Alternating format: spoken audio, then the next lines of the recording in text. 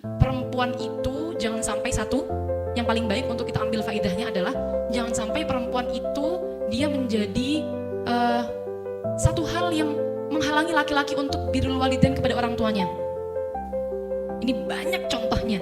Perempuan itu ingin dinomorsatukan di rumahnya sendiri, padahal laki-laki punya kewajiban untuk birrul walidain, punya kewajiban untuk menghormati orang tuanya lebih dari istrinya. Seperti itu. Bahkan ada satu cerita, saya menyampaikan satu cerita. Ini penting untuk kita perempuan tahu, agar kita itu bisa tahu posisi diri kita bagaimana.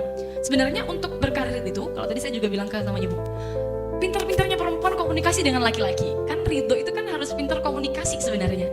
Kalau kita perempuan pintar komunikasi, kita perempuan pintar untuk membagi waktu, merayu dan sebagainya seperti itu, maka nanti akan muncul ridho.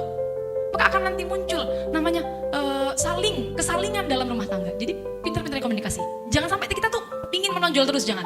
Contoh demikian, ada satu kasus zaman Kanjeng Nabi.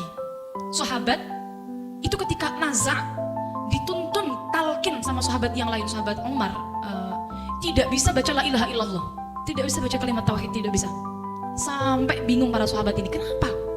Tanya ke istrinya, Bu, kenapa suami sampean kok tidak bisa baca la ilaha illallah ketika naza? Suami saya selalu jamaah di Masjid Nabawi.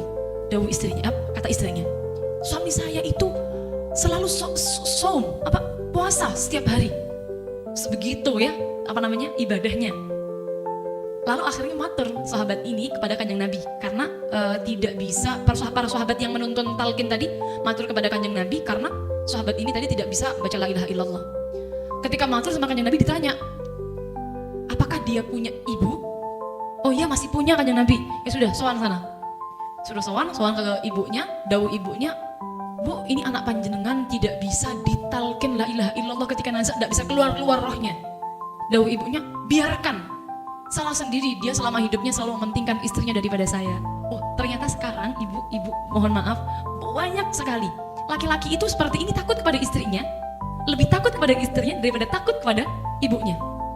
Ibunya semisal, mohon maaf saya hanya menyeimbangkan antara isu-isu kesetaraan saja, bahwa ini di masa Kanjeng Nabi pun sudah ada loh, seperti itu loh, seperti ini.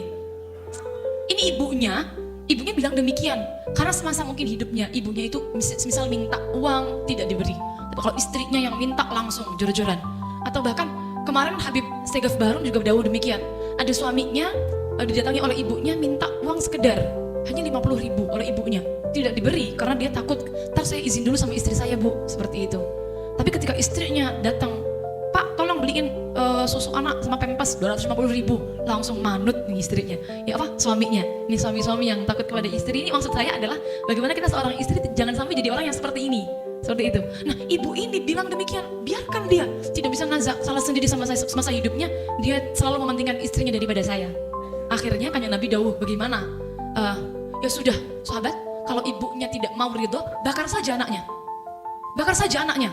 Di depan ibunya Nabi Muhammad dawuh demikian, bakar saja anaknya. Percuma ibunya nggak ridho, nanti kalau dia tidak dibakar di dunia, dia dibakar di akhirat dengan api neraka. Akhirnya namanya ibu, bagaimanapun anak tetaplah anak, mau tidak mau akhirnya ibunya, jangan Kanjeng Nabi, jangan dibakar anak saya. Ya sudah, saya ridho. Setelah ibunya dawuh ridho, saat itulah para sahabat nalkin lagi la ilaha illallah, bisa mau kalimat tauhid, kemudian nazak dan kemudian selesai keluar rohnya. Maksud saya ini pelajaran penting bagi kita sebagai seorang istri. Saya banyak sekali mendapatkan curhatan. Istri-istri ini curhat, suaminya lebih mementingkan ibunya. Lebih mementingkan ibunya. Istri-istrinya yang curhat, suaminya lebih mementingkan ibunya.